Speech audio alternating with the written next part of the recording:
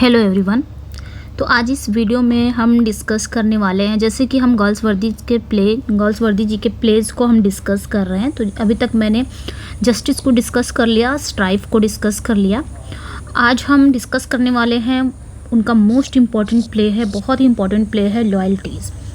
Okay, इस play को हम इसमें डिस्कस करेंगे कि इस प्ले की जो भी इम्पोर्टेंट लाइंस हैं। सबसे पहले इस प्ले को समझेंगे कि इस प्ले के बारे में क्या क्या दिखाया गया है। देन इससे रिलेटेड जो कैरेक्टर्स हैं, इंपॉर्टेंट कैरेक्टर्स हैं, उसको देखेंगे। देन इससे रिलेटेड जो भी क्वेश्चन बनते हैं, सारा कुछ आपको इस वीडियो में कंप्लीट समझ में आ जाएगा। चलिए फिर स्टार्ट करते हैं सेशन को।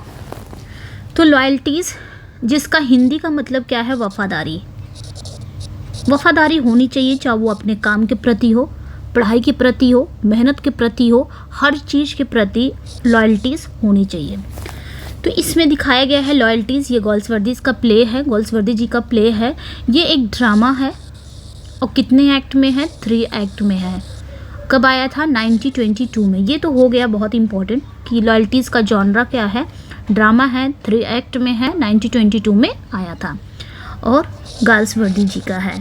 Okay, the play is study in racial pride and social convention. मतलब ये जो प्ले है वो रेशियल प्राइड और सामाजिक परंपरा का अध्ययन है, सोशल कन्वेंशन का अध्ययन है। यानी कि ये जो प्ले है ना, इस प्ले में क्या दिखाया गया? नस्लीय गौरव दिखाया गया, एक रेशियल प्राइड दिखाया गया है और एक सामाजिक परंपरा का अध्ययन दिखाया गया है। The influence of class has been depicted. अब आगे क्या दिखाया गया है? इसमें जो क्लास का प्रभाव है वो भी इसमें डिपिक्ट किया गया है, यानी कि दिखाया गया है। क्लास का प्रभाव इसमें स्पेशली दिखाया गया है, यानी कि वर्ग का जो प्रभाव है वो भी दिखाया गया है इसमें। It shows the loyalty of military personnel for one another. यहाँ पे इस प्ले में क्या दिखाया गया है? ये एक दूसरे के प्रति सैन्य कर्मियों की वफादारी को भी दर्शाता है। ठीक है, मिलिट्री पर्सनल मतलब क्या होता है? जो सैन्य कर्मियाँ होते हैं, कर्मचारी होते हैं, उनकी बात हो रही है। वो एक दूसरे के प्रति वफादारी को भी एक दूसरे के प्रति उनके अंदर क्या थी? वफादारी थी। सच जैसे कि अब यहाँ पे दिखाया गया, कुछ कैरेक्टर का नाम लिया गया, जैसे रोनाल्ड डेंसी। डेंसी है, ये डैंडी नहीं है, डेंसी है। रोनाल्ड डेंसी एक कैरेक्टर है जिन पे पूरी तरह से कहानी बेस्ड मैं कह सकती हूँ, जो कि क्या है? एक रिटायर्ड कैप्टन है, जो कि क्या है? एक रिटायर्ड कैप्टन है। Is blindly favoured by General Canynge. General Canynge कौन है? The lawyer Jacob Twisden is loyal to his own legal profession. तो यहाँ पे बात क्या हो रही है कि जैसे कि जो रोनाल्ड डेंसी थे वो एक क्या थे? वो एक कैप्टन, एक रिटायर्ड कैप्टन है और वहीं पे जनरल कैनिंग्स द्वारा आंख बंद करके पक्षपात किया जाता है।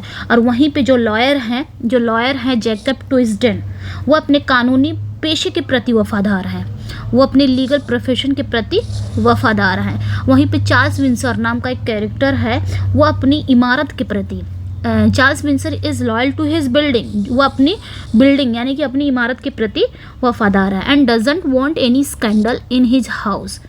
और आगे क्या कह रहा है? मैं नहीं चाहता कि उसके घर में कोई घोटाला हो।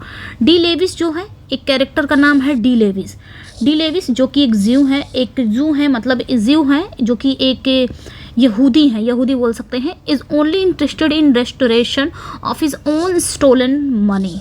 तो इसमें डी लेविस करके एक कैरेक्टर है जो कि क्या है? एक यहूदी है, उसको केवल अपने स्वयं के चुराए गए धन की बहाली में रुचि है। The play also shows the conflict between the Christians and the Jews. यानी कि जो प्ले है ना, वो ईसाइयों और यहूदी के बीच संघर्ष को दिखाया गया इस प्ले में, ये आप समझ सकते हैं। आगे देखेंगे, it is the finest of his later dramas. और इस प्ले में इसके बाद इस प्ले में सबसे फाइनेस्ट चीज़ें क्या हैं? वो है Loyalties criss cross each other is a famous dialogue in the play. इस प्ले का सबसे फेमस डायलॉग क्या है? लॉयल्टीज़, यही Loyalties criss cross each other, ये इस प्ले का सबसे फेमस डायलॉग है। मतलब जो वफादारी है, जो वफाएं हैं, वो एक दूसरे को क्या करती हैं? काटती हैं। तो इतना तो हमें समझ में आ गया। ये एक छोटी सी समरी थी। और इसमें इम्पॉर्टेंट क्या हो सकता है? तो इसमें इम्पॉर्टेंट यही है, रेशियल प्राइड दिखाया गया है, सोशल कन्वेंशन, ये इसका थीम हो जाता है। और इसमें क्लास का प्रभाव दिखाया गया है, ये सारी चीज़ें इसमें दिखाई गई हैं। चलिए आगे हम चलते हैं। कुछ इंपॉर्टेंट कैरेक्टर्स हैं इस प्ले के और देख सकते हैं। पहला है चार्ल्स विंसर है, ये कौन है? Owner of Milton court near new market. तो ये मिल्टन कोर्ट है, इस प्ले में आपको दिखेगा मिल्टन कोर्ट का ओनर है जिसका नाम क्या है? Charles Windsor. और ये कहाँ पड़ता है मिल्टन कोर्ट? ये आपका न्यू मार्केट के पास पड़ता है। वहीं पे दूसरे कैरेक्टर पे आते हैं तो लेडी एडेला, ये चार्ल्स विंसर की वाइफ है, हिज वाइफ, ये दोनों हस्बैंड वाइफ हैं, चार्ल्स विंसर और लेडी एडेला का ही मिल्टन कोर्ट है। ये दोनों ही मिल्टन कोर्ट के क्या है? ओनर हैं। आप कहानी भी ऐसे ही समझते चलिए, पूरी कहानी आपको इसी में समझ में, मैं भले नहीं बताऊंगी लेकिन आपको क्वेश्चन के थ्रू आप पूरी कहानी समझ लेंगे। आगे देखेंगे तीसरा जो आपका यहाँ पे है फर्डिनेंड डी लेविस। तीसरा जो कैरेक्टर है वो फर्डिनेंड डी लेविस है, ये यंग है, रिच है और नया है। चौथा कैरेक्टर पे आते हैं हम यहाँ पे। जो चौथा कैरेक्टर है वो आपका क्या है? ट्रीजर। ट्रीजर क्या है? ये विंशर का बटलर है। विंशर का क्या है? बटलर है। ये विंशर है ना, विंशर का बटलर है, ये आपको देखना, ध्यान देना है। उसके ये बोल सकते हैं कि नौकर वोकर, ये आपसे ऐसे बोल सकते हैं चार्ल्स विंसर का ट्रीजर। नेक्स्ट वन है जनरल कैनिंस। ये जो कैरेक्टर है जनरल कैनिंस, ये कौन है? एक रेसिंग ओरेकल है, एक रेसिंग ओरेकल है। नेक्स्ट कैरेक्टर है मार्गरेट ऑर्मे। मार्गरेट ऑर्मे कौन है? एक सोसाइटी गर्ल है। ये सारा कुछ इस प्ले में आपको दिखेंगे, इसलिए सारे कैरेक्टर हैं important.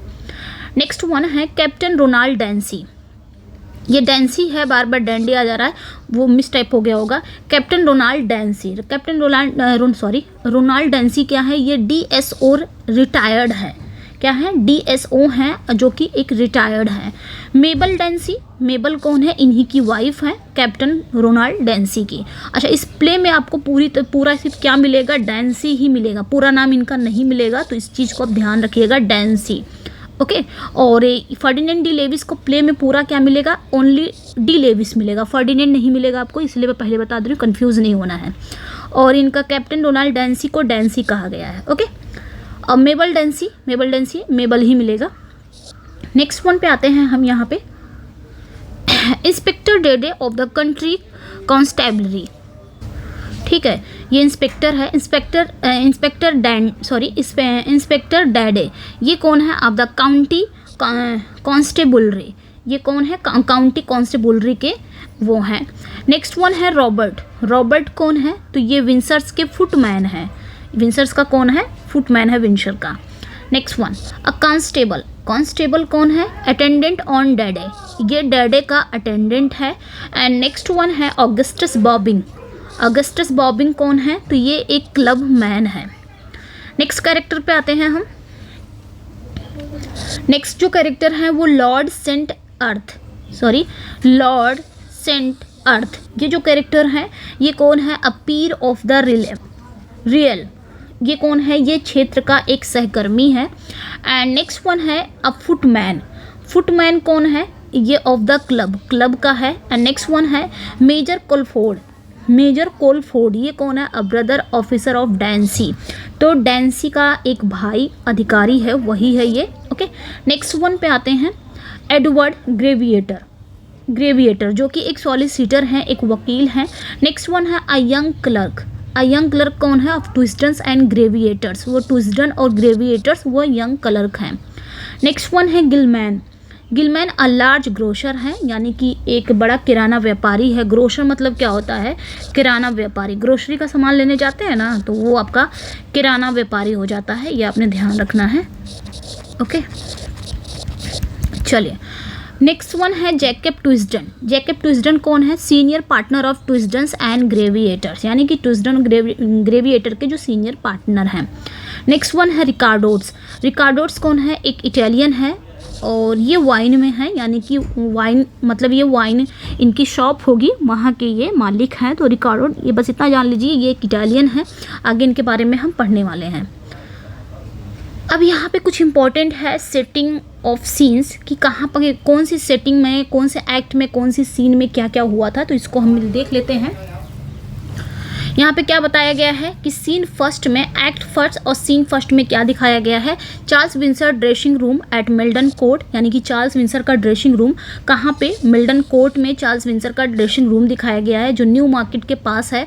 Of a night and early October, तो ये अक्टूबर के शुरुआत में ही ये रात का समय है दिखाया गया है एक्ट फर्स्ट सीन फर्स्ट में। सीन सेकंड में क्या दिखाया गया, De Levis bedroom at Milton Court. Milton Court में ही डी लेविस के बेडरूम के दिखाया गया है अ फ्यू मिनट्स लेटर, कुछ मिनट पहले। मतलब चार्ल्स विंसर की बात यहाँ पे इसलिए हो रही है, क्योंकि ये जो चार्ल्स विंसर हैं ये सभी को इनवाइट करता है अपने घर पे, अपने मिल्टन कोर्ट में। इनके घर का नाम क्या है, मिल्टन कोर्ट। तो वहीं के ड्रेसिंग रूम में सबको इनवाइट करता है। और सीन सेकंड में क्या होता है, डी लेविस के बेडरूम की कहानी चलती है।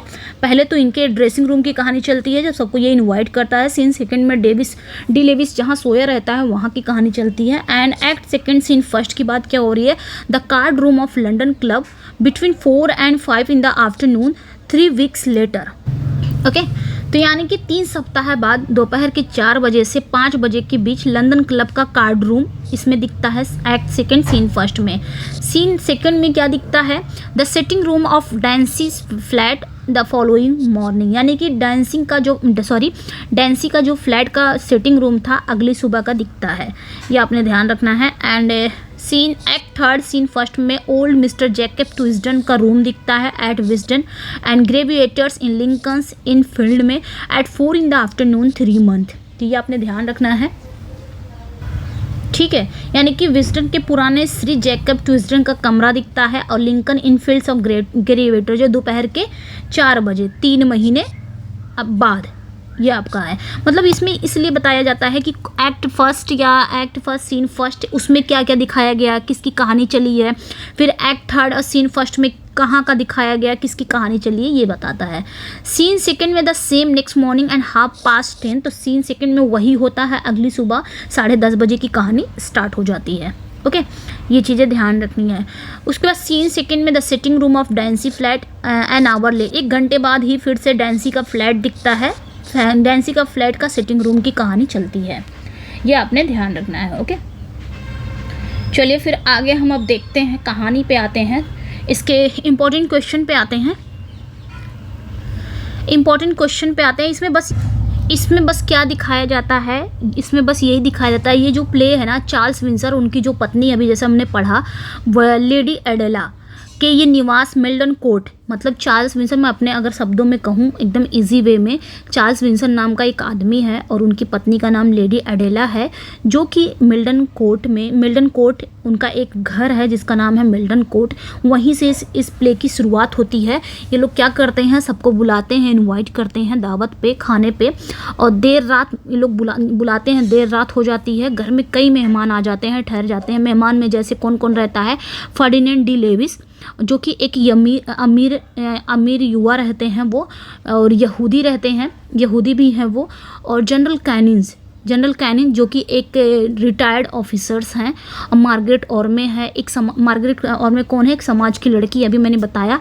वहीं पे रोनाल्ड डेंसी हैं जो कि एक रिटायर्ड ऑफिसर हैं, रिटायर्ड मतलब सेवानिवृत्त सेना कप्तान में, और उनकी पत्नी का नाम क्या था, माबेल डेंसी। ये सारे मेहमान थे, ये सारे मेहमानों को उन्होंने बुलाया था।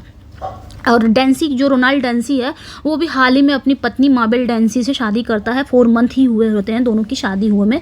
और उसने लेविस को अपनी, इसमें कहानी क्या है कि जो रोनाल्ड डेंसी है उसके पास एक घोड़ी रहती है जिसका नाम रहता है रोजमेरी, जिसका नाम क्या रहता है, रोजमेरी।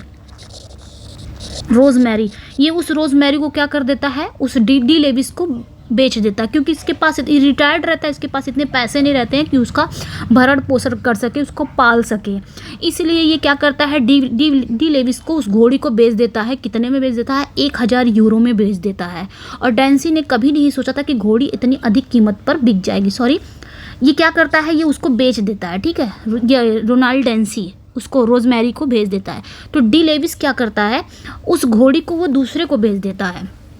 और कितने में बेचता है, 1000 यूरो में बेचता है। कितने में, 1000 यूरो में बेचता है, ये आपने ध्यान रखिएगा। और रोनाल्ड डेंसी जो बेचता है इसको, उसका तो नहीं इसमें मेंशन किया है, लेकिन रोनाल्ड डेंसी के पास जब ये आ जाता है डी लेविस के पास, तो डी लेविस दूसरे को बेच देता है, उस घोड़ी को 1000 यूरो में बेच देता है। और डेंसी को नहीं पता था कि जो मेरी घोड़ी है वो इतनी अधिक कीमत पर बिक जाएगी। अब उसे लगता है कि उसके साथ धोखा हुआ है।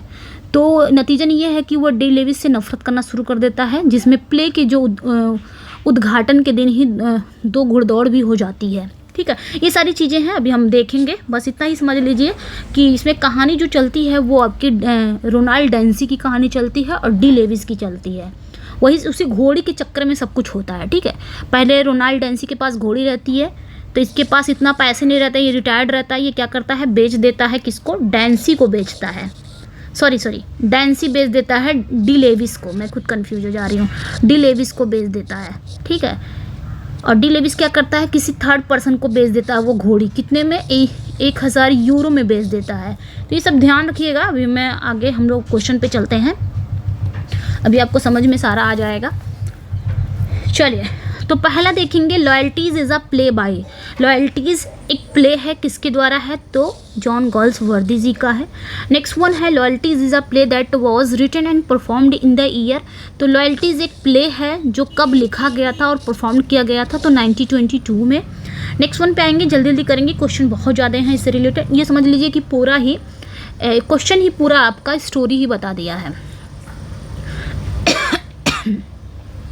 Loyalties is a play that has, loyalties एक प्ले है जिसमें कितने एक्ट हैं, 3 एक्ट हैं। नेक्स्ट वन पे आते हैं, the play was, next one पे आएंगे, the play was stage at. यहाँ पे बात क्या हो रही है कि जो प्ले है उसको स्टेज किया गया था, मंचन किया गया था, कहाँ पे, तो सेंट मार्टिन्स थिएटर में इसको स्टेज किया गया था, इस प्ले को, ये ध्यान रखिएगा। ओके, तो यहाँ पे थोड़ा सा इसके बारे में बताया कि सेंट मार्टिन्स थिएटर जो है वो लोकेटेड कहाँ है, वेस्ट स्ट्रीट नियर सॉफ्टसबरी, ठीक है, Shaftesbury Avenue in the West End of London. तो सेंट मार्टिन्स थिएटर जो है वो लंदन के वेस्ट एंड में सॉफ्टसबरी एवेन्यू के पास वेस्ट स्ट्रीट में स्थित है। ठीक है, इसके बारे में बताया कि कहाँ पे ये स्थित है थोड़ा सा। नेक्स्ट वन पे आते हैं। नेक्स्ट क्वेश्चन है, when the drama Loyalties was first stage at Saint Martin's theatre London, its performance continue for. तो यहाँ पे बताया जा रहा है कि जब प्ले लॉयल्टीज का पहली बार लंदन के सेंट मार्टिन थिएटर में स्टेज किया गया था, मंचन किया गया था, तो इसका प्रदर्शन कब तक जारी रहा, तो मोर देन अ ईयर। ये कब तक चला, थिएटर में 1 साल से अधिक समय तक ये थिएटर में चलता ही रहा ये प्ले। आप खुद देखते हैं, कोई मूवीज़ आती है, कोई मूवी आती है नई मूवी, जैसे आपकी गदर 2 देख लेते हैं। गदर 2 जो आपकी आ गई तो वो 1 साल तक चलती रहेगी या 3 महीने तक या 4 महीने तक वो थिएटर फुल रहता है। तो उसी तरह जब ये गोल्सवर्दी का लॉयल्टीज ड्रामा परफॉर्म किया गया स्टेज में, थिएटर में, तो ये 1 साल से अधिक चलता रहा, इतना पसंद किया गया था इनका प्ले को। ठीक है, नेक्स्ट वन पे आएंगे। 6 आपका क्या कह रहा है यहाँ पे, Galsworthy describe his play dash as the only play of mine which I was able to say when I finished it, no manager will refuse this. ये कोटेशन बहुत ही इंपॉर्टेंट है, मैं इसको इम्पोर्टेंट लगाऊंगी क्योंकि यहाँ पे बात क्या हो रही है कि गोल्सवर्दी ने अपने इस प्ले को, उन्होंने किस प्ले को ऐसा बोल के डिस्क्राइब किया था उन्होंने कि मात्र ये मेरा ऐसा प्ले है ना जिसे मैं कहने का योग्य हूँ, यानी कि मैं कहने में सक्षम था या मैं कह सकता हूँ। व्हेन आई फिनिश्ड इट, जब मैं इसे पूरा कर लूँगा या जब मैंने इसे पूरा कर लिया, no manager will refuse this, तो कोई भी मैनेजर, कोई भी प्रबंधक इसे लेने से मना नहीं करेगा, अस्वीकार नहीं करेगा। किस प्ले को उन्होंने कहा था, लॉयल्टीज को, इंपॉर्टेंट है। नेक्स्ट वन क्या कह रहा है, the first scene of drama Loyalties opens in.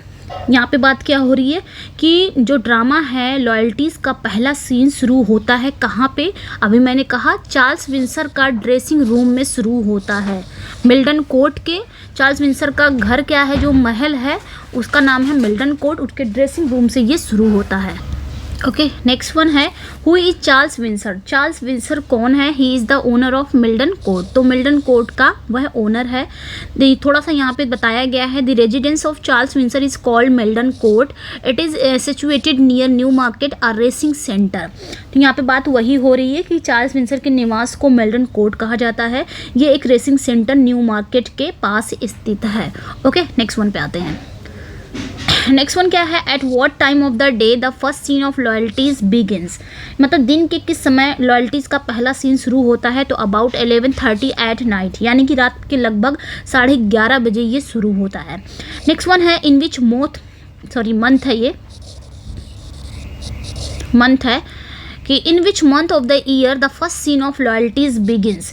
यहाँ पे बात क्या हो रही है कि ईयर के यानी कि वर्ष के किस महीने में सबसे पहले वफादारी की शुरुआत होती है, यानी कि लॉयल्टीज़ की शुरुआत होती है। तो अर्ली अक्टूबर में लॉयल्टी जो प्ले है इसकी शुरुआत होती है, तो अर्ली अक्टूबर में। The play loyalties is concern with a, तो ये जो प्ले है लॉयल्टीज़ वो इसका संबंध किससे है, तो थेफ्ट 1000 यूरो से है, यानी कि चोरी कितनी की हुई थी, 1000 यूरो की हुई थी। नेक्स्ट वन है the play loyalties is concern with the theft and, यहाँ पे बात क्या हो रही है कि जो प्ले है लॉयल्टीज का संबंध चोरी से तो है, किस चोरी से है, the reaction of the various characters to the theft, यानी कि उस चोरी के विभिन्न कैरेक्टर्स की प्रतिक्रियाओं पर है। ठीक है, next one Ferdinand De Levis in the drama is, तो फर्डिनेंड डी लेविस जो कैरेक्टर है ड्रामा में वो क्या है, वो एक ज्यू है, एक यहूदी है। नेक्स्ट वन है who steals 1000 euro from De Levis, तो डी लेविस से 1000 यूरो कौन चुराता है, तो डैंसी ही चुराता है। नेक्स्ट वन, अब वो 1000 किससे मिला रहता है, डी लेविस जो वो रोजमेरी को बेच देता है किसी और को, 1000 मिला रहता है, वही ये चुरा लेता है डैंसी। इसको लगता है कि मेरी जो घोड़ी मैंने इसे दिया है वो बहुत महंगी थी और इसने मेरे साथ धोखा कर दिया है, इस वजह से ये चुरा लेता है और इसे अपनी सो कॉल्ड गर्लफ्रेंड को भी देना रहता है, भी आगे हम पढ़ेंगे। Who are staying with Winsor, तो यहाँ पे विंसर के साथ कौन कौन रह रहे हैं, तो उनके दोस्त रह रहे हैं कौन कौन से, many of Winsor's friends are staying with him, तो विंसर के बहुत सारे दोस्त उसके साथ रहते हैं। These are Lord Saint Erth, General Canynge, Major Colford, Captain Ronald Dancy जो कि रिटायर्ड थे, Ferdinand De Levis and Miss Margaret Orme, ये सारे उसमें रहते हैं, कहाँ पे, मिल्टन कोर्ट में रहते हैं। ओके, इतना ध्यान रखिएगा। नेक्स्ट वन पे आते हैं हम। नेक्स्ट वन यहाँ पे क्या कह रहा है कि हाउ मेनी रूम है ये, sorry, how many rooms are there on the first floor in the left wing of Meldon Court, तो मेल्टन कोर्ट के बाएं विंग में पहली मंजिल पर कितने कमरे हैं, तो Meldon Court was constructed in a strange manner on the first floor in the left wing there are 6 rooms in the line, तो जो मेल्टन कोर्ट का निर्माण एक अजीब तरीके से किया गया था। प्रथम तल पर यानी कि फर्स्ट फ्लोर पर बाएं विंग में एक लाइन में कितने कमरे हैं, 6 रूम्स हैं, 6 कमरे हैं। नेक्स्ट वन पे आते हैं।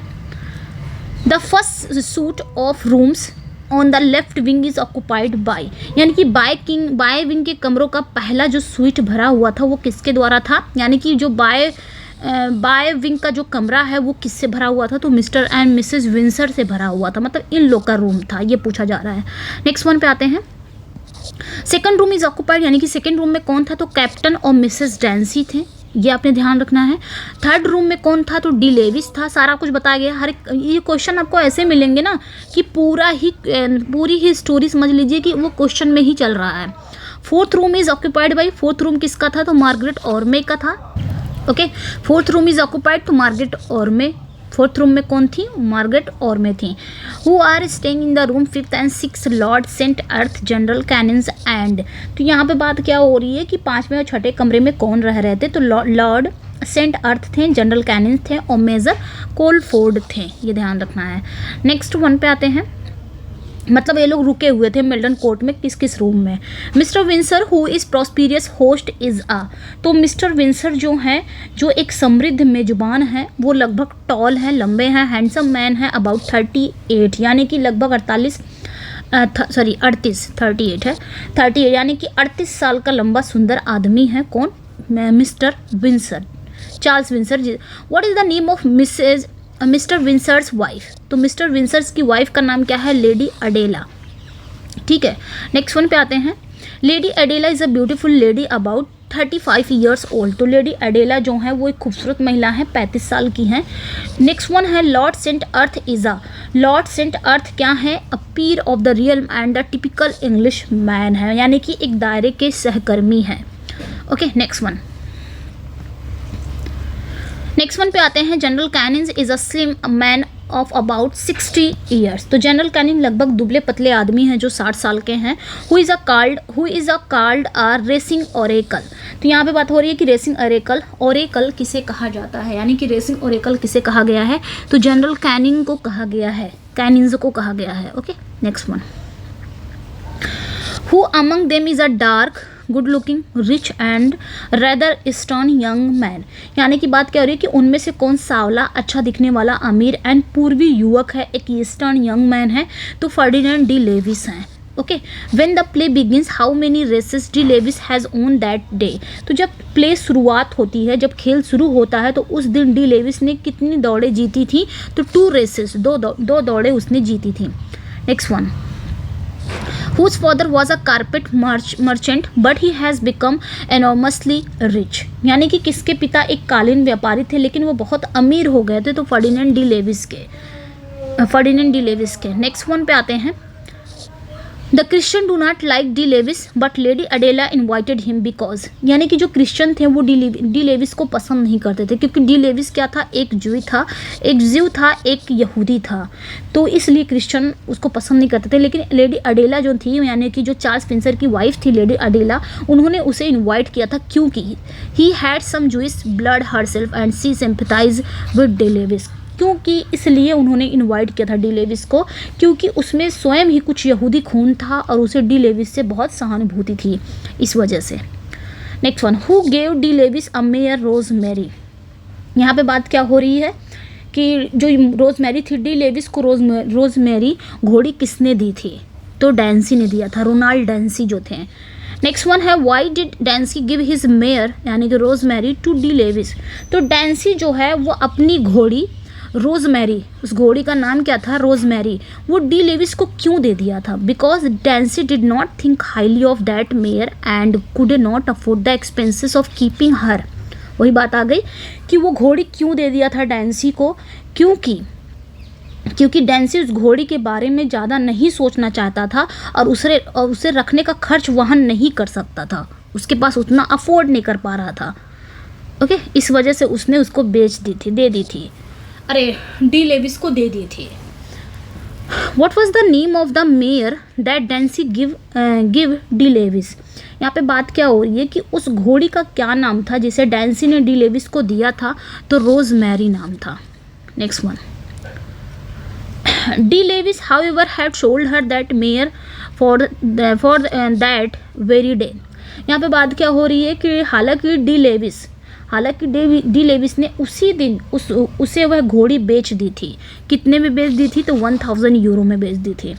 नेक्स्ट वन है, ठीक है, who lost a bit of 10 euro that evening to captain Dancy who took a standing jump to a book case for 4 feet high.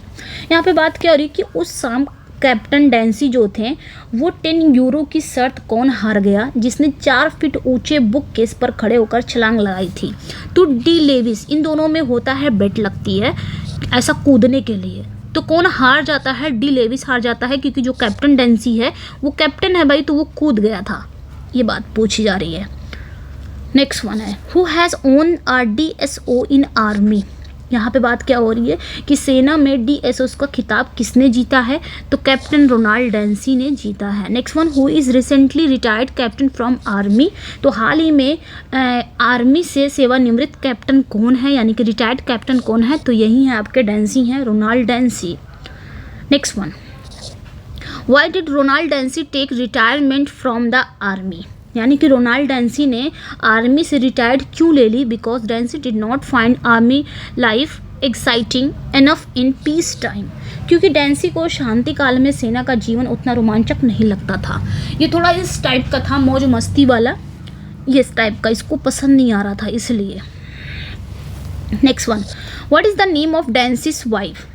तो डैंसी का वाइफ का नाम क्या था? मेबल, जिन्हें हम मेबल डैंसी भी कहते हैं। डैंसी की wife Mabel is a pretty young woman, they were only recently married, अभी उन्होंने जल्द ही शादी की थी।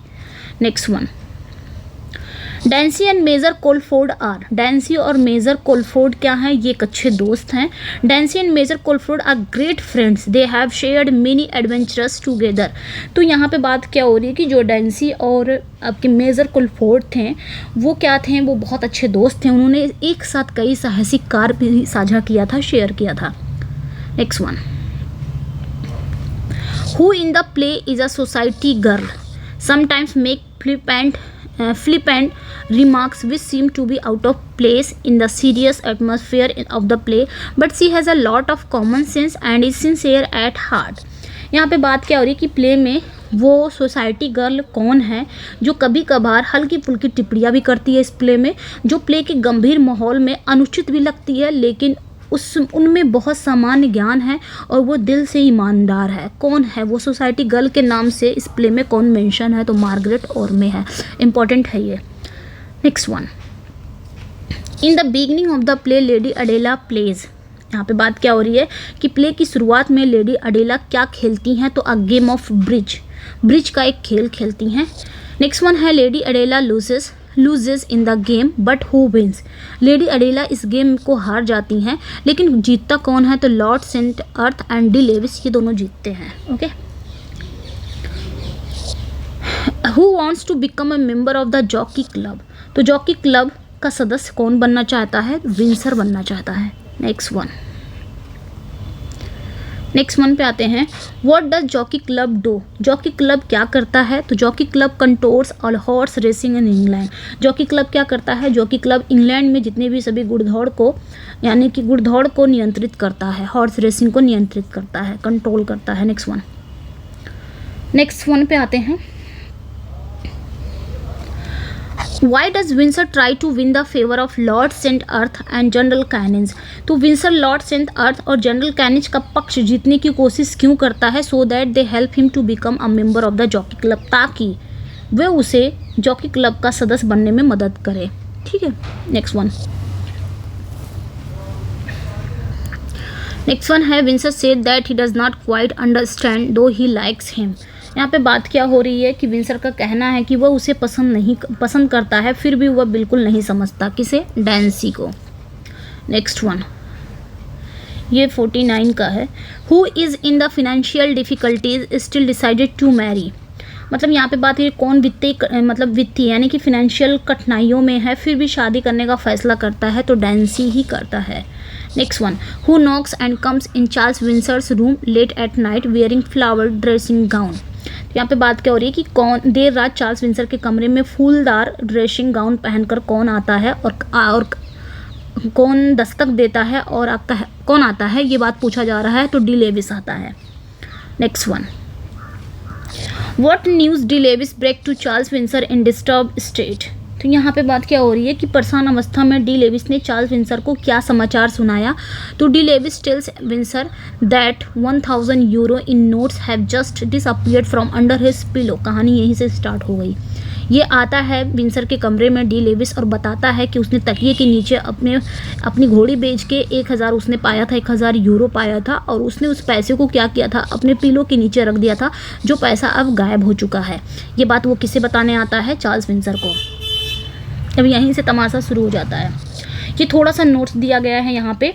डी लेविस बताते हैं that he had gone to the bathroom after locking up the door of his room which open into gallery. वो बताते हैं, वो उनके रूम में आते हैं चार्ल्स विंसर के और कहते हैं कि वो अपने कमरे का दरवाज़ा जो गैलरी में खुलता था उसमें ताला लगाकर बाथरूम चले गए थे. He must have been away only for about 15 minutes. और वह लगभग 15 मिनट ही दूर रहा होगा. व्हेन ही केम बैक, जब वो वापस आए, he found notes have just disappeared from under his pillow. तो उसने पाया कि उसके तकिए के नीचे जो नोट रखे थे वो गायब हो गए हैं. ये पूरी कहानी वो चार्ल्स विंसर को बता देता है. Next one, where De Levis got that money from. यहाँ पे बात क्या हो रही है कि डी लेविस को वो पैसा कहाँ मिला, मतलब कहाँ से मिलता है वो 1000 यूरो उसको कहाँ से मिलता है. जैसे कि अभी मैंने बताया, by selling the mayor rosemary. उसने अपनी घोड़ी को बेच दिया था. इसकी घोड़ी का नाम क्या था? रोजमेरी था. उसको बेच के वो 1000 यूरो पाया था. तो यहाँ पे बात क्या होती है? डी लेविस यहाँ पे इन्फॉर्म करते हैं that he had obtained that money from Kentman a bookie as the sale price of his mare Rosemary earlier in the day. यहाँ पे वो क्या बताते हैं? डी लेविस ने सूचित किया कि उसने वह पैसा एक सट्टेबाज कैंटमैन से अपनी घोड़ी रोजमेरी को बिक्री कीमत के रूप में पहले दिन ही प्राप्त किया था, यानी कि बेच के प्राप्त किया था. ठीक है. नेक्स्ट वन है how does Winsor react to this news of theft. यहाँ पे बात क्या हो रही कि चोरी की इस खबर पर विंसर की क्या प्रतिक्रिया है। तो Windsor feels shocked and upset. Windsor क्या हो जाते हैं, बहुत ज़्यादा शॉक्ड हो जाते हैं, परेशान भी हो जाते हैं। अब आगे थोड़ा सा यहाँ पे नोट्स बताया गया है कि विंसर इज शॉक्ड। ये जब खबर सुनते हैं कि उसका पैसा गायब हो गया है डी लेविस का, तो विंसर शॉक्ड हो जाते हैं ये सुन के। All this he is very unhappy that the theft took place in his house. मतलब वो ये सब सुन के बहुत ज़्यादा दुखी हो जाते हैं कि उनके घर में चोरी हो गई है। Winsor does not want that any fuss should be made about it. मतलब यहाँ पे क्या कह रहा है, विंसर नहीं चाहते हैं कि इसे लेकर कोई हंगामा हो। It is a private house and not a hotel. ये एक निजी घर है, कोई होटल नहीं है।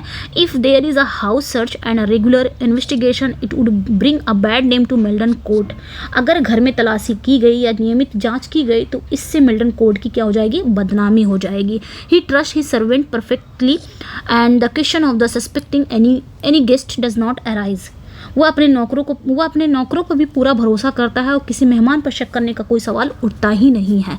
ये विंसर की परेशानी थी। ठीक है, नेक्स्ट वन।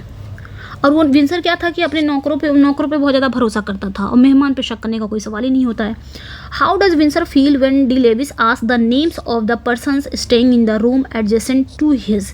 यहाँ पे बात क्या हो रही है कि जब डी लेविस उसके बगल वाले कमरे में रहने वाले व्यक्तियों का नाम पूछता है तो विंसर को कैसा महसूस होता है। तो विंसर गेट्स एनॉयड। वो तुरंत नाराज़ हो जाता है कि यहाँ पे वो पूछने लगता है कि बगल बगल में कौन है, कौन कौन रूम में है। तो यहाँ पे विंसर नाराज़ हो जाता है।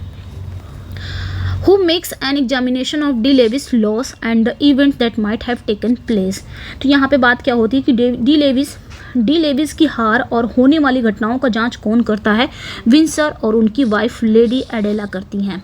तो both husband and wife examine De Levis about the loss. It seems that the thief must have come into the room through the balcony and open window during the 15 minutes while De Levis was in the bathroom and he must have gone out the same वे।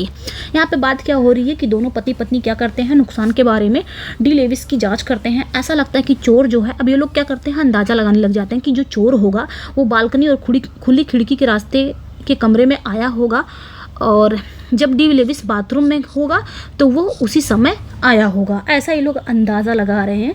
चोरी ऐसे ही हुई होगी 15 minute के दौरान। जब D Levi's bathroom में था तो उसी रास्ते से वो बाहर चला गया होगा। चोर की बात हो रही है, कैसे इसका पैसा गायब हो गया है। Next one. यहाँ पे बात क्या हो रही है कि what does De Levis want. अब डी लेविस का क्या कहना है, वो क्या चाहता है। He quite naturally wants his money back. वो क्या चाहता है, वो स्वाभाविक रूप से अपना पैसा चाहता है। De Levis quite naturally wants, वो पूरी तरह से स्वाभाविक रूप से वो चाहता है। For him it is not a small sum. ये कोई छोटा मोटा रकम नहीं है, छोटी मोटी रकम नहीं है। If he does not get he wants to police to be informed. अगर उसे वो पैसा नहीं मिलता है तो वो किसे बुला देगा, पुलिस को इन्फॉर्म कर देगा। ठीक है, सूचना मिल जाएगी। Next one. What does Winsor think about police to be informed. अब यहाँ पे बात क्या हो रही है कि विंसर जो है वो पुलिस को सूचित किए जाने के बारे में क्या सोचता है। तो Windsor feels that police should be informed at last option. Windsor को भी फील होता है, ऐसा वो महसूस करता है कि पुलिस को सूचित किया ही जाना चाहिए, ये लास्ट ऑप्शन है अगर पैसे नहीं मिलते हैं। ओके, तो यहाँ पे भी वही बात हो रही है, नोट्स में भी वही बात हो रही है कि Winsor feel that police investigation should create a big scandal. So very reluctantly Winsor ask his wife to ring up the police station at Newmarket. Winsor still believe that De Levis lost his money at the race course and not his house. Such a thing does not normally happen in decent house. तो वहाँ पे भी वही बात होती है कि Windsor को लगता है कि जो पुलिस है वो जांच से एक बड़ा घोटाला सामने आएगा, इसलिए बहुत अनिच्छा से विंसर ने क्या किया, अपनी पत्नी को कहा कि न्यू मार्केट के पुलिस स्टेशन में फ़ोन करने के लिए कहा। विंसर अब भी मानते हैं कि डी लेविस ने रेस कोर्स में पैसे खोए होंगे। विंसर को ऐसा लग रहा है कि इसका पैसा गायब नहीं हुआ है, जो रेस हुआ था उसी में उसने अपने पैसे खो दिए हैं, उसके घर पे पैसा नहीं गायब हुआ है। किसी सब घर में आमतौर पर ऐसी बातें नहीं होनी चाहिए, ये विंसर का कहना है। अभी भी वो बुलाना नहीं चाहता था क्योंकि उसे लगता था मिल्टन कोर्ट की बेइज्जती होगी, उसके मेहमानों की बेइज्जती होगी अगर मेहमानों की वो जांच करेगा तो। आगे आते हैं हम। Who is treasure. ट्रीजर कौन है, तो ये विंसर के हाउस का बटलर है। Okay, next one. Whom does De Levis suspect in the beginning. शुरुआत में डी लेविस को किस पे सस्पेक्ट होता है, तो ही सस्पेक्ट ट्रीजर। शुरुआत में डी लेविस को किसको संदेह होता है, तो उसे ट्रेजर पे संदेह रहता है, जो उसका विंसर के घर में एक नौकर की तरह काम करता है, उसी पे शक होता है। De Levis also suspect Roberts. Who is Roberts? De Levis और किस पे शक करता है? रॉबर्ट्स पे भी शक करता है। अब यहाँ पे क्वेश्चन कर लिया गया है कि रॉबर्ट्स कौन है भाई? रॉबर्ट एक वैलेट फॉर विंसर। रॉबर्ट कौन है? तो रॉबर्ट कौन है? ये रॉबर्ट विंसर के लिए एक वैलेट है। अब यहाँ पे बताया कि वैलेट या फिर वॉरलेट बोल सकते हो, एक मेल सर्वेंट है who serves as personal attendant to his employer. तो यहाँ पे बात क्या हो रही है कि वैलेट या फिर जो आपके वॉरलेट हैं वो एक नौकर है, एक मेल सर्वेंट है जो अपने नियोक्ता निजी परिचारक के रूप में काम करता है। ठीक है, कौन? रॉबर्ट्स, ये ध्यान रखिएगा। ओके, चलिए नेक्स्ट वन पे आते हैं। अच्छा, ये रॉबर्ट्स नौकर है, तो ये आपके बटलर ये नौकर नहीं होगा। ठीक है, उसी घर का कोई होगा। ठीक है, तो ये भी नौकर ही है, ये भी ध्यान रखिएगा। बटलर भी, ये भी एक नौकर ही है, सर्वेंट, ये ध्यान रखिएगा। चलिए आगे आते हैं। Who informs General Canynge about the theft? यहाँ पे बात क्या हो रही है कि चोरी के बारे में जनरल कैनिन्स को कौन सूचित करता है? तो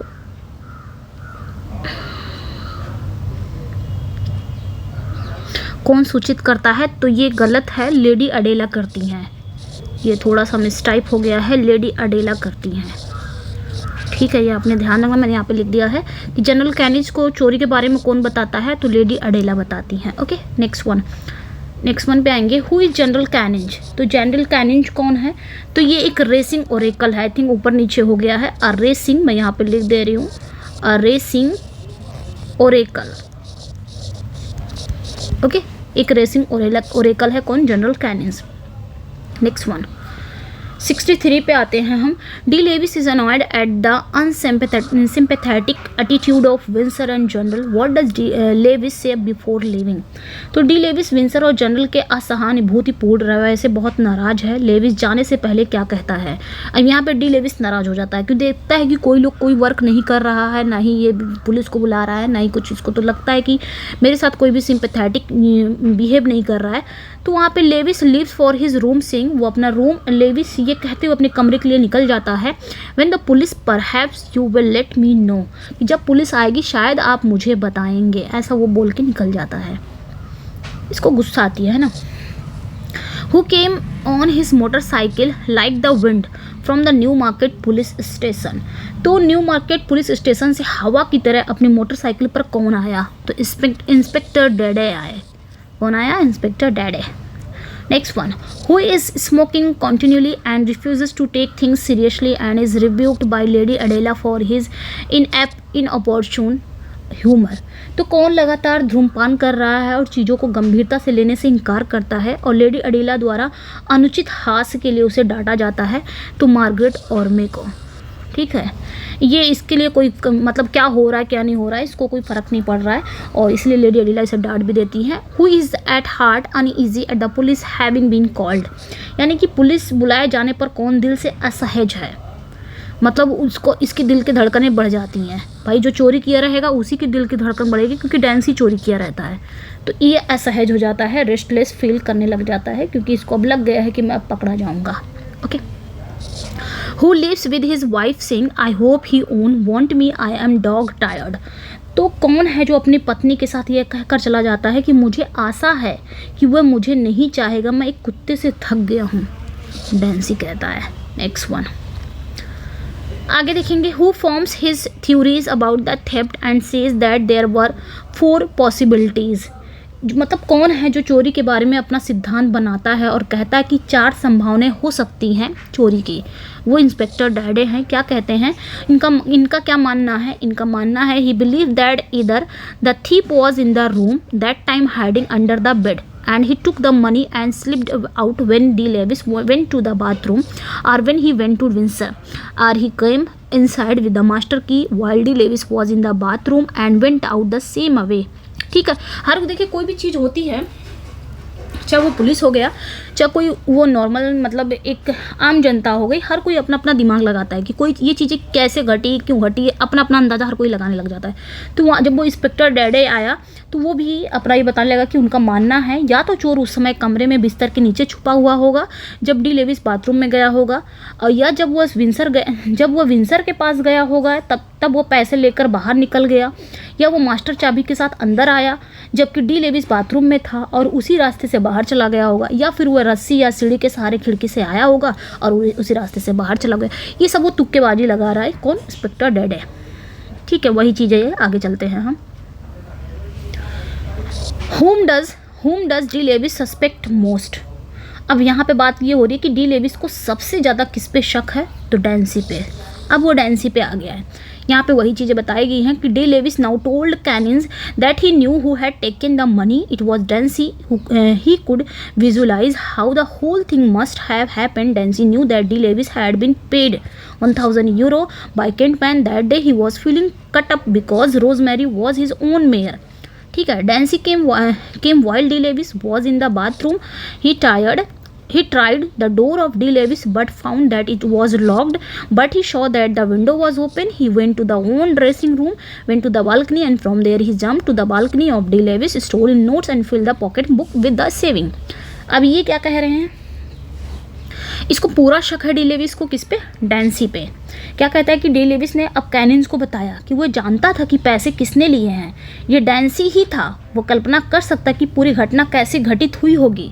डैन्सी को पता था कि डी लेविस को उस दिन केंटमैन द्वारा 1000 यूरो का भुगतान किया गया था, मिला था उसे। वो परेशान महसूस कर रहा था क्योंकि रोजमेरी उसकी अपनी घोड़ी थी। डैन्सी तब आया जब डी लेविस बाथरूम में था। उसने डी लेविस के दरवाजे की कोशिश की, मतलब उसके दरवाजे के पास आया, लेकिन पाया कि वो बंद था। लेकिन उसने देखा कि खिड़की जो है वो खुली हुई है। वो अपने ड्रेसिंग रूम में गया, बालकनी में गया, और वहाँ से वह डी लेविस की बालकनी में कूद गया, पैसे चुराए, पॉकेट को बुक के शेविंग पेपर से भर दिया, और जांच को गुमराह करने के लिए वो अपनी बालकनी से लगी जो लता है, मतलब जो बालकनी के नीचे जो बालकनी से लगी जो लता नहीं रहती हैं, उसको क्या कर दिया, भींच गया। जब वो उस पर चढ़ा होगा वो टूट गया होगा, फिर वापस वो बालकनी में कूद गया और नीचे हाल में चला गया। इस पूरी चीज़ में उसे 4 मिनट लगे होंगे। बालकनियों के बीच जो जगह है वो 7 फीट से थोड़ी अधिक थी। जो व्यक्ति 4 फीट ऊँचे बुक केस पर खड़े होकर छलांग लगा सकता है वो आसानी से ये छलांग लगा सकता है। ये डी लेविस का अंतर्ज्ञान था। ठीक है, ये पकड़ लिया इसे। ये पूरा मैंने बता दिया है, आप लोग इसे पढ़ सकते हैं। ठीक है, ये पूरा उसने कैनिंस को बता दिया कि जो व्यक्ति, यहाँ पे सबसे इम्पॉर्टेंट बात है कि जो व्यक्ति 4 फीट ऊंचे बुक केस पर खड़ा होकर छलांग लगा सकता है वो आसानी से ये छलांग लगा सकता है, ये पकड़ लेता है। क्योंकि डैन्सी जो था वो कैप्टन था और उसे आता था ये सारी चीज़ें, इस वजह से। आगे हम आएंगे। How do the General and Canynge become sure that Dancy is the thief. तो कौन, यहाँ पे बात क्या हो रही है कि जनरल और कैनिंस को कैसे यकीन हो गया कि डैन्सी ही चोर है। Canynge by chance puts his hand on Dancy's arm and finds it wet. Dancy said that he had not gone out at all. How then was he sleeves wet? It was obvious that he had jump from his balcony to that of De Levis. मतलब पकड़ा गया यहाँ पे। कैनिंस ने संयोग से अपना हाथ डैन्सी की बाँह पर रखा और गीला पाया। डैन्सी ने कहा कि वो बिल्कुल भी बाहर नहीं गया है। कैनिंस ने क्या किया, उसके हाथ को पकड़ लिया, उसके हाथ पे कंधे पे रख दिया। पता चला कि उसका हाथ गीला है और डैन्सी ने ये कहा था कि वो बिल्कुल भी बाहर नहीं गया है। फिर उसकी आस्तीनें गीली कैसे हो गई? ये पूरी तरह से स्पष्ट है कि वो अपनी बालकनी से डी लेविस की बालकनी में कूद गया था। ठीक है, यहीं से पकड़ा जाता है ये। Who says my tongue is still mine general if my money is not. तो कौन कहता कि मेरी जुबान अभी भी मेरी है जनरल अगर मेरा पैसा नहीं है तो डी लेविस कहता है। De Levis remain silent when General Canynge ask why him to be show. तो जनरल कैनिंस का समय डी लेविस चुप क्यों रहता है उसे ऐसा होने के लिए। He fears to lose his membership of Jockey Club. तो यहाँ पे जो जनरल कैनिंस हैं वो चुप क्यों रहता है, उन्हें अपनी सदस्यता खोने का डर है जॉकी क्लब में। ठीक है, ये सारी चीज़ें यहाँ पे दी गई हैं, तो इसको भी आप लोग पढ़ लीजिएगा। यहाँ पे बात क्या होती है कि इसके बाद जो जनरल कैनिंस है वो सामाजिक ब्लैकमेल करने की कोशिश करता है। डी लेविस चुप रहता है क्योंकि उसे कहाँ बनना था, जनरल कैनिंस के जॉकी क्लब का सदस्य बनना चाहता था, जो कि एक महत्वपूर्ण सदस्य था। इसलिए वो इन जो क्लब हैं उन्होंने डी लेविस को चेतावनी दी थी कि अगर उन्होंने डैन्सी के खिलाफ ये आरोप लगाया तो वो खुद को उससे पूरी तरह से अलग कर लेंगे। इसी वजह से जनरल कैनिंग्स को ना वो मेंबरशिप हासिल करनी थी, इस वजह से मतलब मेंबर बनना था, इसलिए उसने उसे क्या कर दिया, चेतावनी दे दिया कि तुम इस डैन्सी को बिल्कुल भी इसमें उसके ऊपर इल्ज़ाम नहीं लगाओगे, ठीक है। वो खुद को पूरी तरह से अलग कर देगा, वो जॉकी क्लब का सदस्य नहीं बन सकता है। ये उसे डी लेविस को धमकाते हैं कि तुम जॉकी क्लब के सदस्य नहीं बन सकते अगर तुम डैन्सी के खिलाफ जाओगे। ये सारी चीज़ें इसी में बताई गई, आप लोग इसको पढ़ लीजिएगा। ओके, हम आगे बढ़ते हैं। इसमें यही सब बात है। तो उन्होंने अन्य जो क्लबों को निष्कासित किया था। डी लेविस ने तब तक कुछ ना कहने का वादा कर लिया था। इतना कहने के बाद डी लेविस क्या हो गया, वो उसने वादा कर लिया, ठीक है मैं नहीं बताऊंगा भाई, मुझे भी तो बनना है, मेंबरशिप लेनी है, सदस्य बनना है। उन्होंने ये वादा तो कर दिया, लेकिन उसके मन में इन लोगों के प्रति घोर अवमानना थी। उसने अपनी संकीर्ण निष्ठाओं के कारण एक चोर को बचा रहा है, मतलब उसको ऐसा लग रहा था, वादा तो कर दिया क्योंकि उसे मेंबर बनना था, उसको धमकी सब लोग दे दिए, कैनिंग जोनिंग सब ने क्या कर दिया कि तुम उसका नाम, डैन्सी का नाम नहीं लोगे। तब इसको लगने लगा ठीक है मैं नहीं लूँगा, लेकिन इसके मन ही मन में ये था कि ये लोग एक चोर को बचा रहे हैं, ठीक है। The first scene of act second take place. तो फर्स्ट सीन जो है एक्ट सेकेंड का पहला सीन कहाँ पे होता है, 3 weeks after the theft at Milton Court. तो मिल्टन कोर्ट में चोरी के 3 सप्ताह बाद घटित होता है। आगे हम आते हैं। Who is an enthusiastic member of Jockey Club but stammers a little. तो कौन है जो जॉकी क्लब का एक उत्साही सदस्य है लेकिन थोड़ा हकलाता है, स्टैमर करता है, तो बोरिंग है, ठीक है। Who is not elected a member of the Jockey Club. तो जॉकी क्लब का सदस्य किसे नहीं चुना जाता है, तो डी लेविस को नहीं चुना जाता है, क्योंकि भाई इसे धमकी दे देते लेकिन ये चुप नहीं रहता है। Who wins the Cambridgeshire horse race. Shire है ये, यानी कि कैम्ब्रिजशायर घुड़दौड़ किसने जीती थी, तो रोजमैरी ने जीता था। Next one. Who calls De Levis a damned जू।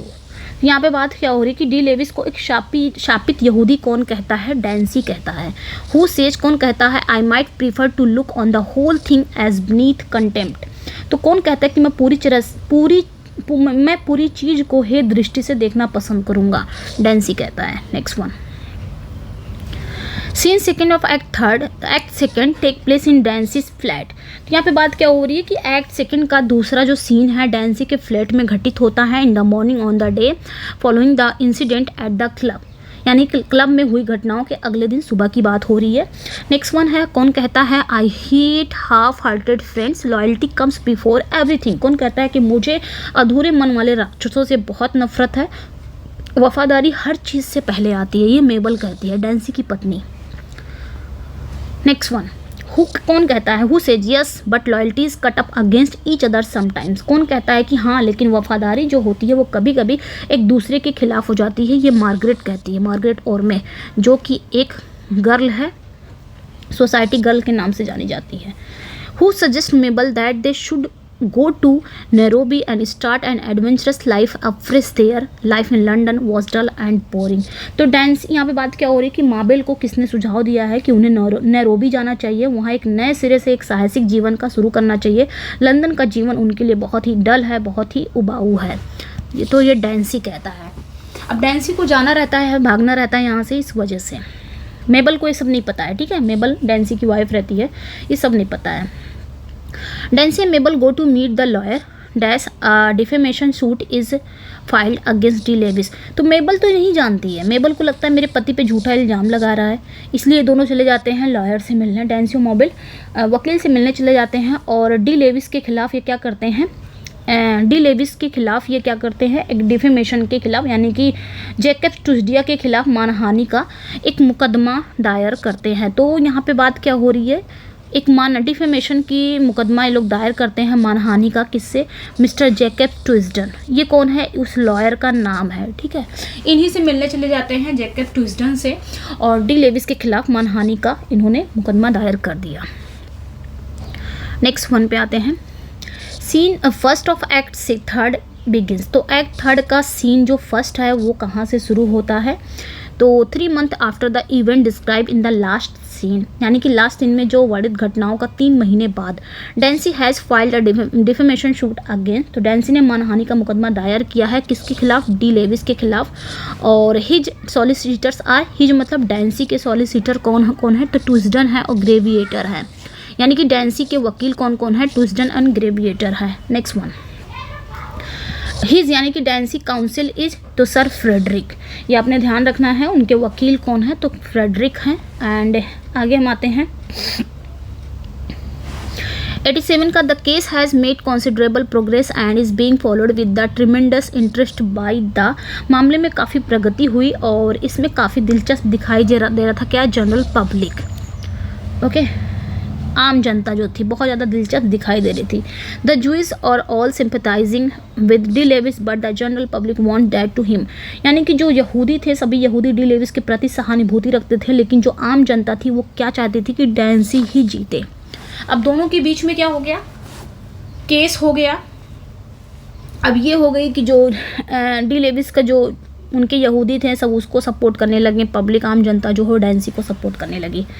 नेक्स्ट वन है the scene is laid in the office of, जो सीन है वो ऑफिस में रखा गया, क्या रखा गया, Twisden and Graviter solicitor in Lincoln's Inn field London, ये ध्यान रखना है।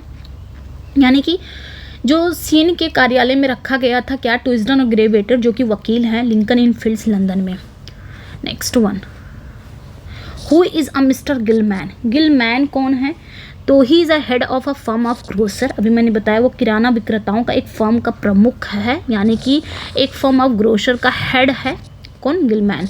Who does not like the presence of 2 Jews on the jury, तो यहाँ पे जूरी में 2 यहूदियों की उपस्थिति किसे पसंद नहीं है, मार्गरेट ओरमे को पसंद नहीं है जो कि एक सोसाइटी गर्ल है। Next one, who is Jacob Twisden, Jacob Twisden कौन है तो senior partner of Twisden and Graviter, Twisden और ग्रेविएटर के जो सीनियर पार्टनर हैं वो है। Who is Gilman that is called for evidence in court, तो यहाँ पे बात क्या हो रही है कि वो गिलमैन कौन है जिसने अदालत में साक्ष्य के लिए बुलाया गया था, यानी कि एविडेंस के लिए बुलाया गया था, तो वो एक ग्रोसर है, एक किराना दुकानदार है। Next one, who is mister recorders, तो रिकॉर्डर्स कौन है ये ध्यान रखना है, ये एक इटालियन वाइन सेलर है, शराब विक्रेता है। Who give mister recorders 1000 pound and the money was paid in the middle of October, तो किसने मिस्टर रिकॉर्डर्स को 1000 पाउंड दिए और पैसे का भुगतान अक्टूबर के मध्य में किया गया, तो कैप्टन डेंसी, ठीक है।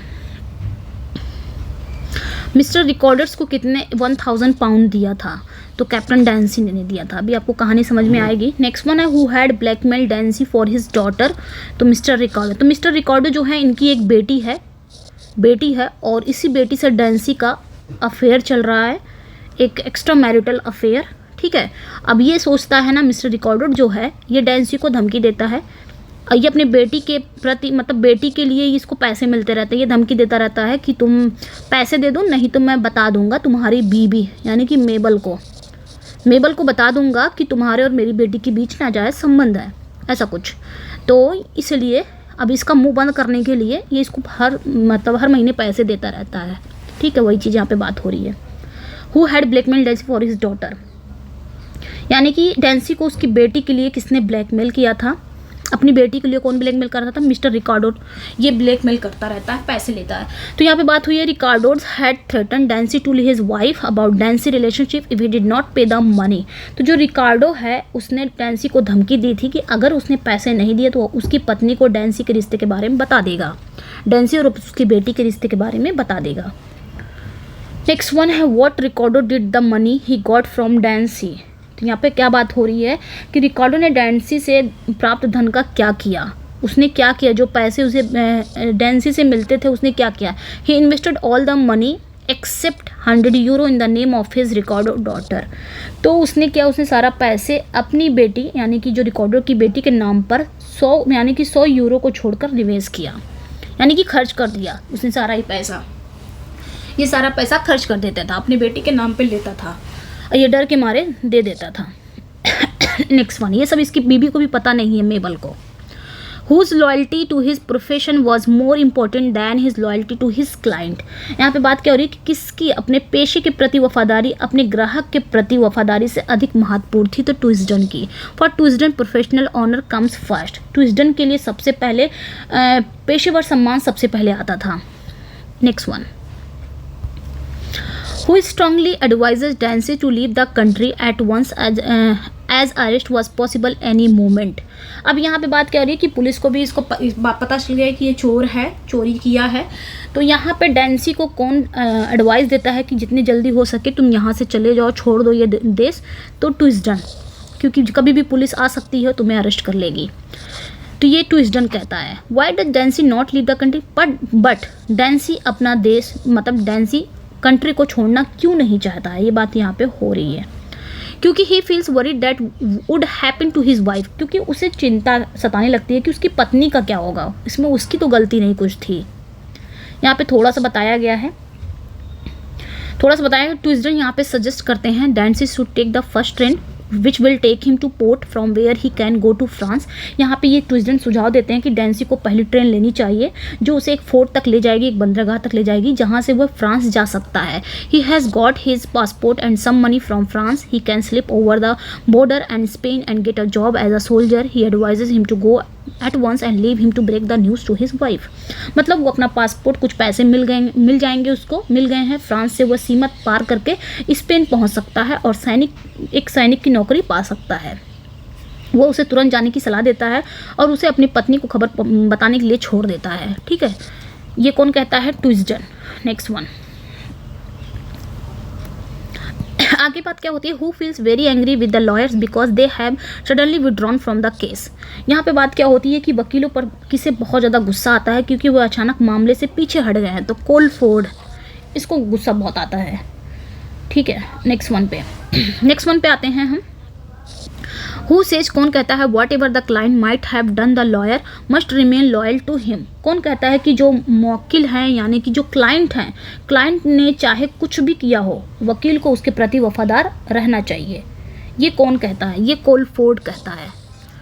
क्योंकि क्लाइंट कुछ भी कहे, मतलब ये वकील को पता रहता है कि मेरा क्लाइंट है, मतलब वो अपराधी है, लेकिन तब भी वो उसके खिलाफ, अपने क्लाइंट के खिलाफ क्या रहता है? वफादार हो रहता है। तो यही बात कोलफोर्ड कहता है। ठीक है, next one, who offers her jewels to pay De Levis and save Dancy without realising that money can not save Dancy from prosecution for theft. अब यहाँ पे बात क्या होती है 103 का कि कौन डी लेविस को भुगतान करने और डेंसी को बचाने के लिए अपने आभूषण पेश करता है बिना यह जाने कि पैसा डेंसी की चोरी के मुकदमे से नहीं बचा सकता है। तो मार्गरेट रहती है। ठीक है, नेक्स्ट वन पे आते हैं। Who writes a letter to a friend officer in the Spanish war office who can help Dancy to get a job. तो स्पेनिश युद्ध कार्यालय में अपने एक मित्र को कौन पत्र लिखता है जो डेंसी को नौकरी दिलाने का मदद कर सकता है? जनरल कैनिंस। हु सेज, कौन कहता है I didn't come because I feel Christian, I am a ज्यू। कौन कहता है यहाँ पे कि मैं इसलिए नहीं आया क्योंकि मैं ईसाई महसूस करता हूँ, मैं एक यहूदी हूँ? डी लेविस कहता है। Next one, the last scene of drama take place in. Drama का जो लास्ट सीन है वो कहाँ पे होता है? तो डेंसी के सिटिंग रूम में। अब ये कहानी आ गई है। नेक्स्ट वन पे आते हैं। What reason Dancy give to his wife for theft. अब इसको पता चल गया, मेबल को पता चल गया कि डेंसी ने ही चुराया था। तो ये रीज़न क्या देता है अपनी वाइफ को? चुराने का रीज़न क्या है? इसके पीछे क्या कारण है? क्यों मैं चुराता हूँ? The money was as much mine as his. जो पैसा, यहाँ पे बात क्या हो रही है कि जो पैसा था वो पैसा उतना ही मेरा था जितना कि उसका था। A decent chap would have offered me half but De Levis looked at him as much as to you blasted fool. मतलब एक सब व्यक्ति ने मुझे आधा देने की पेशकश की थी, लेकिन डी लेविस ने उसकी ओर देखते हुए कहा तुम मूर्ख बन गए, यू ब्लास्टेड फूल। ठीक है, यहाँ पे डेंसी आगे भी डेंसी कहते हैं। डेंसी क्या कहता है आगे? डेंसी का ये भी कहना है the jump from one balcony to another was really thrilling. यानी कि एक बालकनी से दूसरी बालकनी तक छलांग लगाना वाकई एक रोमांचकारी था। एंड अब ये एक्सेप्ट कर रहा है सब कुछ। And he needed the money because he had promise to pay Ricardo daughter 1000 point. उसने वो पैसे क्यों चुराए थे? अब डेंसी बताता है कि मुझे इस पैसे की ज़रूरत इसलिए थी क्योंकि उसने रिकार्डो की बेटी को 1000 पाउंड का भुगतान करने का वादा किया था, 1000 पाउंड उसे देने का वादा किया था Ricardo. That morning he had a letter from her father threatening to tell Mabel everything unless the money was paid immediately. Moreover, D. Levis made fun of him for his parlor trick, so he decided to rob him. ठीक है, क्योंकि उस सुबह उसके पिता का एक पत्र मिला जिसमें धमकी दी गई थी। रिकार्डो क्या कर देता है? इसको एक लेटर दे देता है उस लेटर में रहता है, ये बताता है सब कुछ है कि मैंने पैसे इसके पैसे क्यों चुराए, मुझे पैसों की ज़रूरत थी, मुझे रिकार्डो की बेटी को देना था 1000 रुपये, सॉरी 1000 पाउंड देना था। और उस सुबह रिकार्डो का पत्र भी मुझे मिला था, उसमें धमकी भी दी गई थी कि अगर तुमने पैसे नहीं दिए तो वो माबेल को सब कुछ बता देगा, और इसके अलावा मेरे पास कोई चारा नहीं था। डी लेविस ने भी उसको पार्लर चालू के लिए उसका मजाक उड़ाया था, इसलिए उसने उसे लूटने का फैसला किया। डी लेविस ने भी मजाक उसका उड़ाया था, इस वजह से उसने उसे लूट लिया। ठीक है, ये पूरा अपना यहाँ पे मेंशन कर देता है। नेक्स्ट वन, हु सेज, कौन कहता है, if it is a prison, कौन कहता है, 1 मिनट, कौन कहता है अगर ये जेल है, आई विल वेट, तो मैं इंतज़ार करूँगा, मैं तुम्हें इंतज़ार करूँगी, आई डोंट केयर, मुझे फ़र्क नहीं पड़ता, वॉट यू डिड, कि तुमने क्या किया है, I am just the same, मैं जैसे पहले थी वैसे अभी भी हूँ। ऐसा कौन कहता है, मेबल कहती है। मेबल सारी सच्चाई जान जाती है, फिर कहती है मैं इंतज़ार करूँगी, मुझे फ़र्क नहीं पड़ता तुमने क्या किया है, मैं अभी भी वैसे ही हूँ जैसे पहले थी। तो डैंसी इस पर रिप्लाई करता है, दैट्स नॉट ह्यूमन नेचर, ये ह्यूमन नेचर नहीं है, ये मानव स्वभाव नहीं है। माबेल अगेन रिप्लाइज, माबेल फिर बोलती है, मेबल फिर बोलती है, इट इज़ इन मी, ऐसा नहीं है। क्या कहती है कि ये है, ये मुझ में है, ये मुझ में ह्यूमन नेचर है, मैं सह सकती हूँ, मैं ये सब सह सकती हूँ, मैं तुम्हारा इंतज़ार कर सकती हूँ, मैं वैसी ही हूँ जैसे पहले थी वैसे अभी भी हूँ। ये सारी दोनों मियाँ बीवी में बात होती है। ओके, चलिए आगे आते हैं। What मेबल informs inspector about her marriage, यहाँ पे बात क्या हो रही है कि माबेल ने इंस्पेक्टर को अपनी शादी के बारे में क्या बताया कि they had married only 4 month, अभी 4 ही महीना हुआ था वो दोनों शादी किए हुए थे। हाउ डेंसी किल्स हरसेल्फ, डेंसी अपने आप को कैसे मार लेता है, with his pistol he shoots himself, पिस्तौल से उसने खुद को गोली मार ली है। नेक्स्ट वन, व्हाट डिड डेंसी से इन हिज फेयरवेल मैसेज, तो डेंसी अपने फेयरवेल मैसेज में क्या कहा, Dancy said that he was doing the only decent thing that he could do, a pistol keeps faith, look after her, Colford. यहाँ पे बात करते डेंसी ने कहा कि वह एकमात्र अच्छा काम कर रहा था जो वह कर सकता था, पिस्तौल विश्वास कायम रखती है, उसकी देखभाल करो, कोलफोर्ड। नेक्स्ट वन है, व्हाट इज़ द मीनिंग, ये मरने से पहले वो कहता है, what is the meaning of hara-kiri that Colford says to the inspector, तो हाराकरी का क्या मतलब है जो कुलफोर्ड इंस्पेक्टर से कहता है। Colford blame the inspector of the Dancy death, Colford calls it hara-kiri और a noble sacrifice made by him to save his honour and that of his wife. तो इसका मतलब क्या हुआ, कुलफोर्ड ने डेंसी की मौत के लिए इंस्पेक्टर को दोषी ठहराया। कुलफोर्ड इसे हाराकरी कहता है कि या अपने और अपनी पत्नी के सम्मान को बचाने के लिए उनके द्वारा किया गया एक महान बलिदान है। ये कौन कहता है, कुलफोर्ड कहता है कि उसने अपने आप को, यहाँ पे डेंसी अपने आप को गोली मार लेते हैं। ठीक है, next one, what does it mean a pistol keeps faith, तो पिस्तौल विश्वास कायम रखती है, इसका क्या मतलब हुआ। Pistol does not fail in its duty, यहाँ पे पूछा जा रहा है कि पिस्तौल अपना विश्वास कायम रखती है, इसका क्या मतलब है। तो पिस्तौल जो अपने कर्तव्य से चूकती नहीं है, मतलब उस पर अगर मारने के लिए लगा दो तो वो इंसान अगर ट्रिगर दबा दिया तो मर ही जाएगा, मतलब ये अपनी ड्यूटी बखूबी निभाती, कहने का मतलब ये है। Who means in the end, अंत में इसका क्या मतलब है। One should of course be loyal to one's own race और नेशन और रिलीजन और क्लास और profession, this loyalty is necessary for the smooth working of our daily life, but this loyalty should be kept within limits. इसका क्या मतलब है, अंत में इसका क्या मतलब, किसी को निश्चित रूप से अपनी जाति हो गया, अपनी रेस हो गई, नेशन हो गया, या रिलीजन हो गया, क्लास हो गया, प्रोफेशन हो गया, इसके प्रति वफादार होना चाहिए। ये निष्ठा हमारे दैनिक जीवन को सुचारू रूप से चलाने के लिए बहुत ही नेसेसरी है, बहुत ही ज़रूरी है। लेकिन ये वफादारी जो है, लॉयल्टीज़ जो है, वो मर्यादा में ही रहना चाहिए। ऐसा किसने कहा है, मार्गरेट ऑर्मे ने कहा है। एंड लास्ट क्वेश्चन आज का, the play loyalties ends with the tragic death of dash in fear of getting arrested. जो प्ले है लॉयल्टीज़, वो गिरफ्तार होने के डर से हुई दुखद किसकी मौत के साथ ये एंड होता है, तो मिस्टर डेंसी की मौत के साथ ये एंड हो जाता है। तो ये था आपके लॉयल्टीज़ से सारा कुछ, यानी कि इससे रिलेटेड क्वेश्चन भी थे, इंपॉर्टेंट कैरेक्टर्स भी थे, इसकी थीम भी मैंने बता दिए हैं। पूरी स्टोरी इसलिए इतना बड़ा हो गया क्योंकि पूरी स्टोरी आपने सिर्फ क्वेश्चन ही कर लो ना तो पूरी स्टोरी आपको समझ में आ जाएगी। पूरी स्टोरी का यहाँ पे क्वेश्चन दे दिया है, तो लॉयल्टीज़ आप पढ़ लेंगे इस वीडियो में, पूरा कंप्लीट हो जाएगा लॉयल्टी से, फिर आपको कहीं से भी क्वेश्चन करने की ज़रूरत नहीं है। थोड़ा बहुत अगर आपको समरी नहीं समझ में आ रही है तो समरी थोड़ा बहुत इधर उधर देख लीजिएगा, उसके बाद ये वीडियो आपके लिए बहुत ही हेल्पफुल होगी। इसका PDF चाहिए तो आप मेरे टेलीग्राम पे ज्वाइन हो सकते हैं, वहाँ पे आपको इसका PDF मिल जाएगा। आप मेरे व्हाट्सएप ग्रुप को भी ज्वाइन कर सकते हैं, वहाँ पे भी आपको इसका PDF मिल जाएगा। व्हाट्सएप ग्रुप को कैसे ज्वाइन करेंगे, इसी क्लास के एंड में, इसी क्लास के डिस्क्रिप्शन में जाके लिंक दिया होगा, आप वहाँ से जाके जुड़ सकते हैं। और जो फर्स्ट टाइम मेरे चैनल को वॉच कर रहा है वो चैनल को सब्सक्राइब कर लें, वीडियो को लाइक एंड शेयर जरूर कर दें। चलिए फिर मिलते हैं नेक्स्ट वीडियो में। Thank you for watching, bye.